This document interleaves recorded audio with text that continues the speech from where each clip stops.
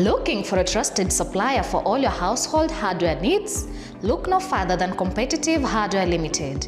We provide top quality building materials including cement, all types of iron sheets, paints, PPR and PVC pipes, electric pipes, building grills, BRC and square till in various sizes. Need interior and finishing materials? We've got you covered with gypsum rails, marine boards, ceiling boards and tanks of all sizes. For fencing, we stock barbed wire, chain link and wire mesh. And the best part, we offer free countrywide delivery with our fleet of transit trucks and pickups. Your order arrives on time, every time. Visit us in Kitengela along Namanga Highway, opposite 411 stage, or at our branches in Kitisuru and Busia. For enquiries, call us on 020-26-88-888 or 0733-666632 or 0721-923248. Competitive Hardware Limited, your reliable hardware supplier. Almarai Company, in collaboration with Competitive Manpower, is urgently hiring for the following exciting roles: Grade 1 mechanics, panel beaters, refrigeration technicians, lead mechanics, diesel plant mechanics, welders and stainless steel welders. Why apply? This is a free recruitment with no application or placement fees required. Contact us today on 0721 506627 or 0733 392180. You can also visit us at Waterseas Plaza, Kikorok Road. Alternatively, you can send an email to info@competitivemanpower.com. Apply now. Limited slots available. Welcome to Competitive Training Institute, empowering you with in-demand skills. At Competitive Training Institute, we equip you with practical, job-ready skills that open doors both locally and internationally. Whether you're aiming to become a qualified caregiver, certified plumber, skilled automotive mechanic, or want to learn a foreign language like French, Arabic, or German, and many more, we've got the right course for you. Our hands-on training, guided by experienced instructors and aligned with market demands, ensures you're ready to compete and succeed in today's job market. We don't just train, we help you get hired. Our job placement team supports you in finding meaningful work after graduation. We are proudly accredited by NITA, ensuring high standards in all we offer. Ready to begin? Call us on 020-200-192. or 0721-223081 or email us at competitivetraining@gmail.com. Your journey starts here. Let's build your future together. Join our team at AYTB in partnership with Competitive Manpower. AYTB is seeking qualified candidates for the following positions: technical advisor, QA or QC personnel, shop coordinator, report organizer, rotating equipment repair technician, valve overhaul technician, machining technician. Contact us today on 0721 506627 or 0733 392180. You can also visit us at Waterseas Plaza, Kikorok Road. Alternatively, you can send an email to info@competitivemanpower.com. Apply now. Limited slots available.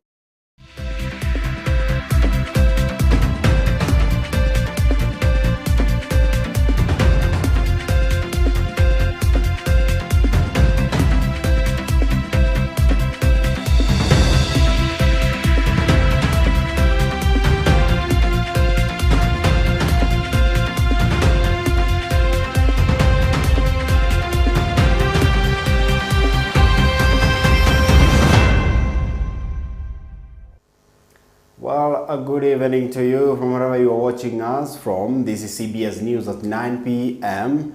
and we have a lot prepared for you this evening, but we do urge you to stay with us until the end of the bulletin tonight, as we have so many stories just lined up for you today, being the 11th of May 2025. Remember, you can keep the conversation flowing via social media platform, that is Facebook, X account, and we are live on YouTube. You can also send your comments there. Now, moving on to the stories we have given priority tonight, former Deputy President Rigathi Gachagua has sharply criticized Deputy President Kithure Kindiki over Kindiki's recent empowerment tour across the Mount Kenya region, accusing him and President William Ruto of misleading the public under the guise of financial empowerment. Now, speaking during a Sunday service at the Pentecostal Church in Juja, Kiambu County, Gachagua dismissed the tour as politically motivated and lacking genuine content. He alleged that the initiative is deceptive, warning Mount Kenya residents not to be swayed. Gachagua's sentiments were echoed by several allies who accompanied him. The critics comes amid a series of county visits by Kindiki, which he has described as effort to economically uplift communities in the region. Now, Gachagua's security was recently withdrawn following his exit from the office, also commented on the court ruling concerning his removal, expressing hope for justice. 2027 kura zitakuwa huku ni 15 million, hapa ni 1.5. Hata wao ukitaka kuiba unaweza iba kitu kama hiyo. Hata wakiweka Sudi, waweke Kimani Ichung'wah, waweke nani, sisi tumeamua 2027 Kasongo must go. One term. Kwa hivyo nikimalizia, Your Excellency, sisi tunakukaribisha Kiambu. Hapa Kiambu tuliamua, it is 1.2 million votes, tuliamua na tukanyamaza. Tunangoja wewe. Ukianzisha chama hivi karibuni, na ni mwezi huu, na najua wewe ni wa kusema ukweli, ukianzisha, Kiambu ndio watakuwa wa kwanza kuingia hiyo chama. Tutaregister huko ndani, tutakuwa na members, tutakuwa na aspirant. Hiyo kura 1.2 million, mahali utatuambia, sisi ndio tutapeleka. You can fool some people sometime, but you cannot fool all the people all the. Hizo empowerment inaendelea ni uongo mtupu. Hakuna haja uchukue pesa ya serikali ya kununua madawa uende upatie akina mama ya boga ati waende nayo hospitali. Wacha pesa ya madawa ikae kwa hospitali. Hiyo pesa yote ni ya wizi. Imepatiwa hao vijana wanasunguka kila group 10 million, 10 million, 10 million. Lakini mimi niambia watu wetu, hatuwezi kubali ndovu ikuve na pembe. Lazima tungoe hizo pembe kabla tuzike ndovu. Si ndio? So those things inaendelea is a waste of time. Lakini kwa sababu hiyo pesa imeibiwa na msipochukua itapelekewa wengine, chukueni hiyo pesa. Bona msichanganye na ile iko kwa yako, ile mzuri. Kwa sababu hiyo ni pesa imelaaniwa. So we want to say those tactics ulitumia that time cannot apply now. You can cheat people once, but you cannot cheat them a second time. Hayo maneno imeendelea kotini. I want really to say, I will let the lawyers do what they are good at. I want to focus on what I'm good at. It's mobilizing the people of Kenya to liberate this country. That is what I want to focus on. But the truth of the matter, and we must say, I, Rigathi Gachagua, have confidence and faith in our judicial process. And the framers of the 2010 Constitution created 4 levels of judicial intervention: the Magistrates Court, the High Court, the Court of Appeal, and the Supreme Court.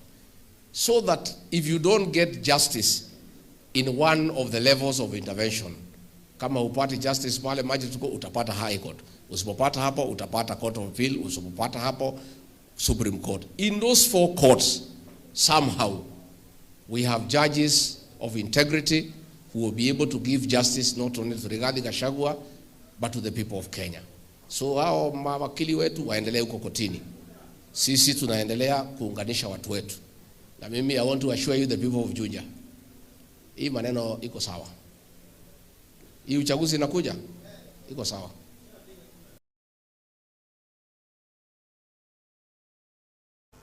While on the same end, Embakasi North Member of Parliament James Gakuya has called for the immediate resignation of Deputy President Kithure Kindiki, citing a recent court decision that ruled the bench that facilitated Kindiki's assumption of office was improperly constituted.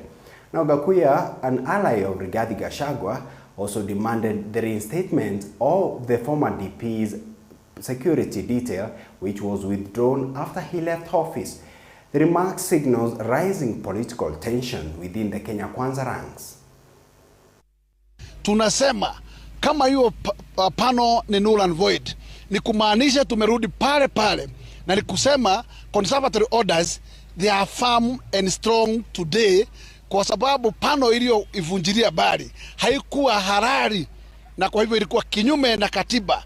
Na kwa hivyo yetu ni kuuliza, Kindiki leo angekuwa amehama kama asubuhi kutoka hiyo ofisi ya makamu ya deputy president, kwa sababu sheria imetupilia uamuzi uliompatia nguvu ya kuwa sworn in kama deputy president wa nchi ya Kenya. Kumbuka conservatory orders zilikuwa zimesema Kindiki ama anybody else asije akakula kiapo, kwa sababu mpaka kesi ya Gachagua ikwishe. Ni kumaanisha kisheria Kindiki is no longer a deputy president of the Republic of Kenya, and there is no way that the country can have two deputy presidents at a go. Well, that story, was a follow-up on what's happening concerning, or maybe after that court decision concerning the bench that removed Gachagua from office. Now, moving on, United Democratic Alliance, UDA party officials in Meru County have urged the party's national leadership to prioritize restructuring and grassroots mobilization amid political uncertainty. Now, the call comes as former Meru Governor Kawira Mwangaza prepares to launch a new political outfit which could reshape the region's political landscape. Now, led by interim chair Elias Keremi, the UDA officials emphasized the need to strengthening the party infrastructure, including establishment of former offices and strategic local engagement. We believe in the party. We believe in the party manifesto. As much as there are quite a number of things that are not very quite aligned in our party, we want to seek audience with His Excellency the Deputy President of the Republic of Kenya, Professor Kithure Kindiki, the earliest possible. And we suggest, if possible, if we are given an appointment next week, we will be able to deliberate on our issues and be able to go back and strengthen our party in the grassroots levels. In county government today, we have a leader who listens to other leaders. We have a leader who is united with other leaders, a leader who has proved himself to be a good leader. And we are looking forward to support him. The discussions are underway. The members here can attest to that we are meeting with Reverend Toithinkia soon, so that we can propel the agenda of Meru County. Number two, we pray with him and we ask him to join the party UDA, so that the dream and the manifesto that the UDA government had, they can accomplish together. Now, still moving on, just a day after investor Jaswat Rai assumed control of Nzoia Sugar Company, lawmakers from Bungoma County have raised concerns over the privatization process. Now, MP Jack Wamboka of Bumula constituency and Majimbo Kalasing of Kabuchai denounced the takeover, alleging it was carried out without proper legal procedures. Now, the legislators pledged to mobilize protest to disrupt operation at the factory, demanding transparency and public involvement in the company's management decisions.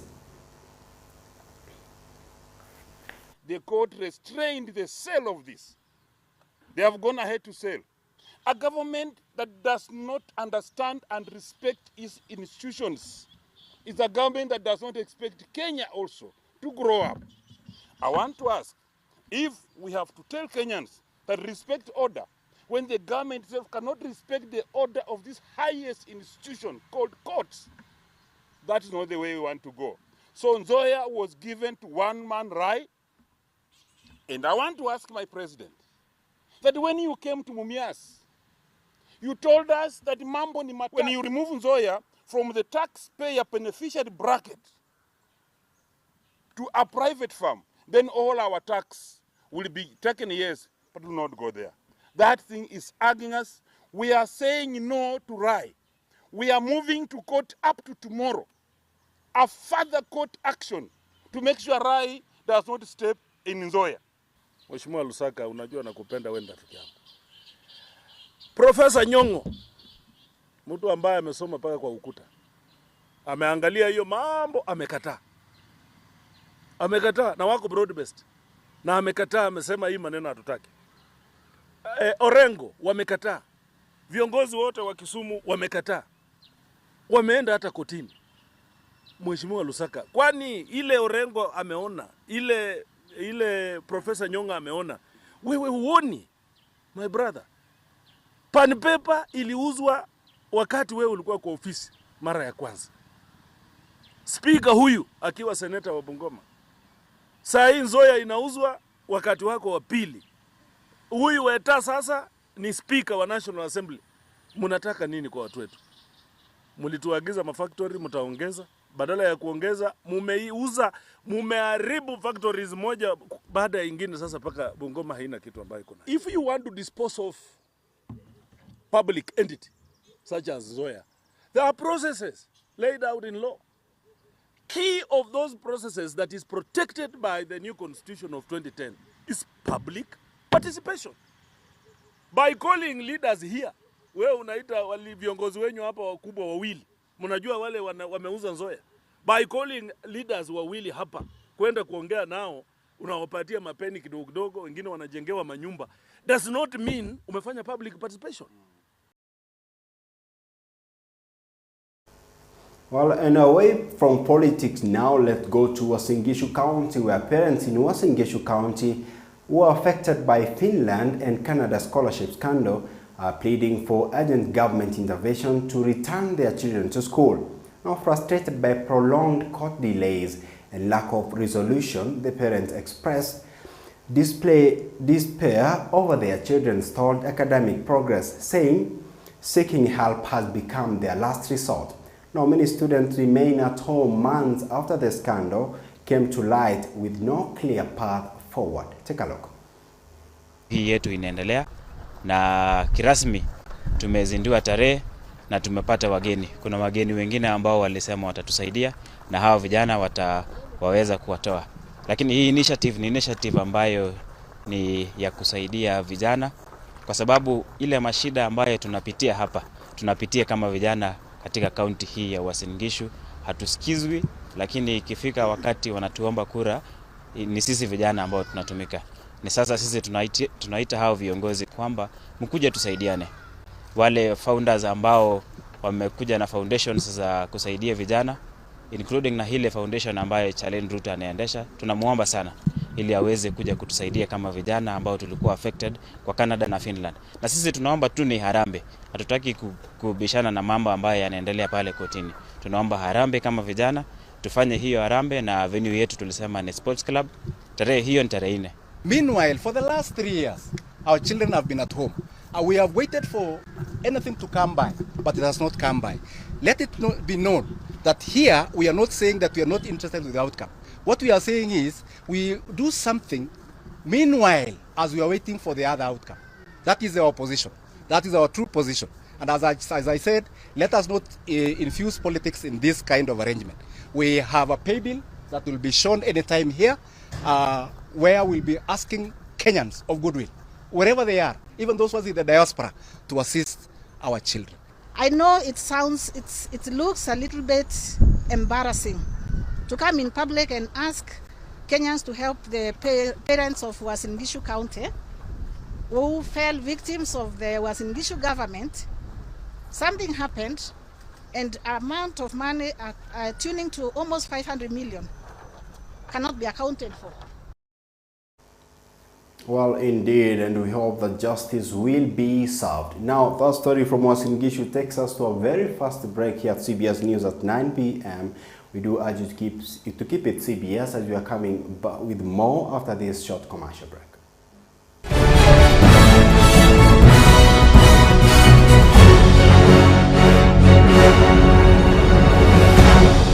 Join our team at AYTB in partnership with Competitive Manpower. AYTB is seeking qualified candidates for the following positions: technical advisor, QA or QC personnel, shop coordinator, report organizer, rotating equipment repair technician, valve overhaul technician, machining technician.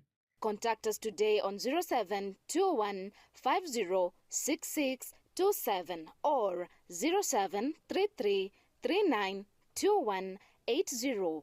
You can also visit us at Waterseas Plaza, Kikorok Road. Alternatively, you can send an email to info@competitivemanpower.com. Apply now. Limited slots available. Welcome to Competitive Training Institute, empowering you with in-demand skills. At Competitive Training Institute, we equip you with practical, job-ready skills that open doors both locally and internationally. Whether you're aiming to become a qualified caregiver, certified plumber, skilled automotive mechanic, or want to learn a foreign language like French, Arabic, or German, and many more, we've got the right course for you. Our hands-on training, guided by experienced instructors and aligned with market demands, ensures you're ready to compete and succeed in today's job market. We don't just train, we help you get hired. Our job placement team supports you in finding meaningful work after graduation. We are proudly accredited by NITA, ensuring high standards in all we offer. Ready to begin? Call us on 020-200-192. or 0721 22 3081, or email us at competitivetraining@gmail.com. Your journey starts here. Let's build your future together.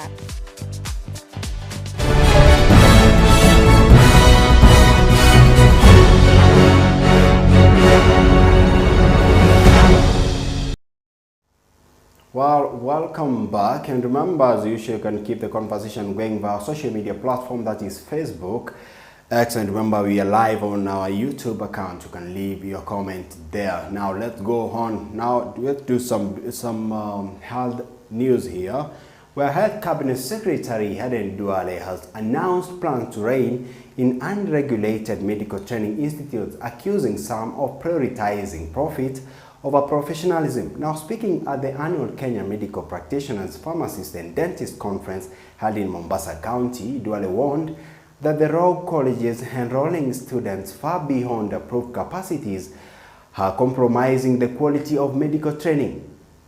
Now, he noted that some institutions admit 4 times their allowed number, contributing to a shortage of internship placement for medical graduates.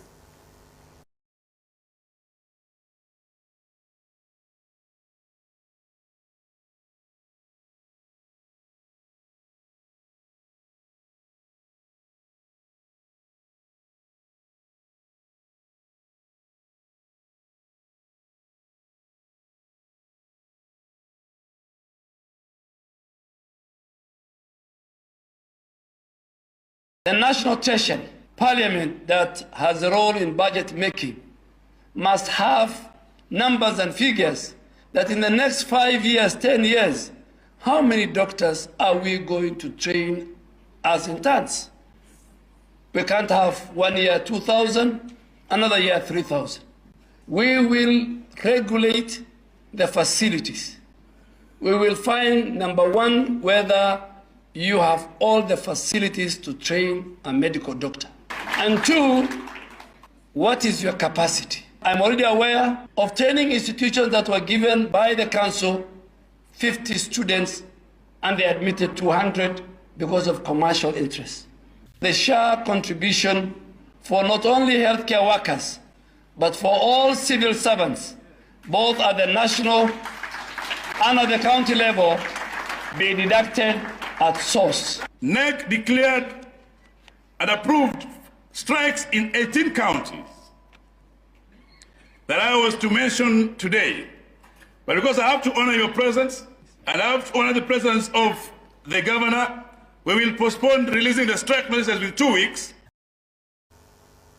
Now, on the sad news this evening, police in Mkokoni, Lamu East Sub-County are investigating a tragic incident where a General Service Unit GSU officer reportedly shot dead a local teacher and her daughter before turning the gun on himself. Now, the incident occurred at around 5:30 a.m. on Sunday, with neighbors reporting hearing gunshots before alerting authorities. Now, the victim, identified as Sheila Mkoya and her young daughter, were found dead in their home alongside the officer's body. Mkoya was shot twice, her daughter once, and the officer died from a single gunshot wound.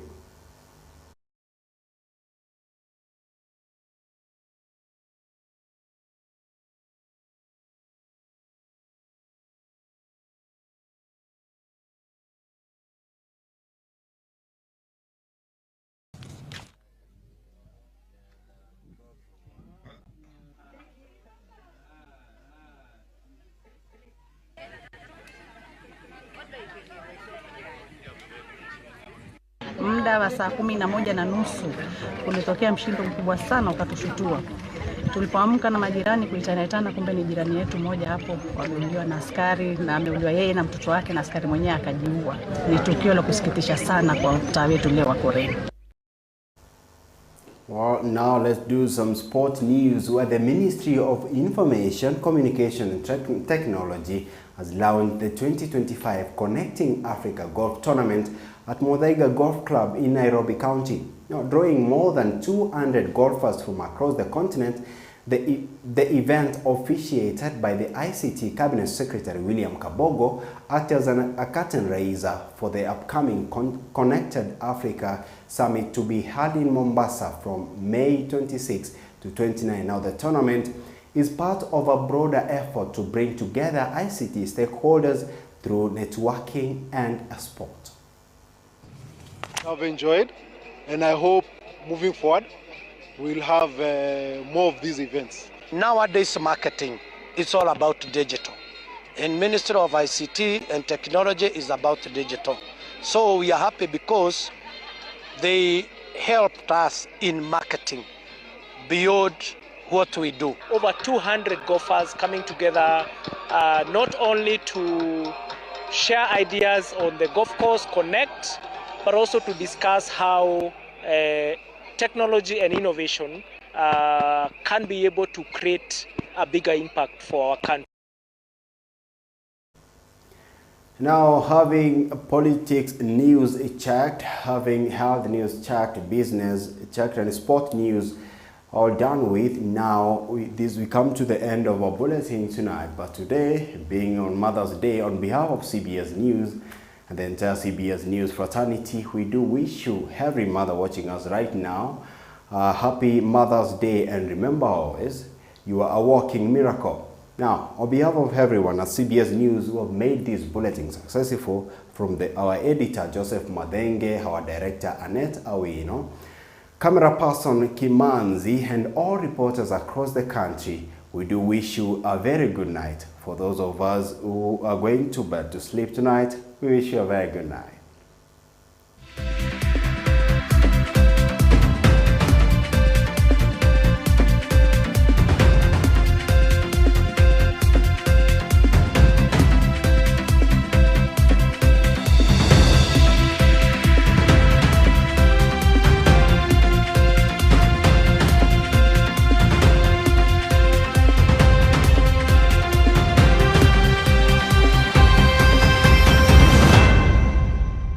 Company, in collaboration with Competitive Manpower, is urgently hiring for the following exciting roles: Grade 1 mechanics, panel beaters, refrigeration technicians, lead mechanics, diesel plant mechanics, welders, and stainless steel welders. Why apply? This is a free recruitment with no application or placement fees required. Contact us today on 0721 506627 or 0733 39 2180.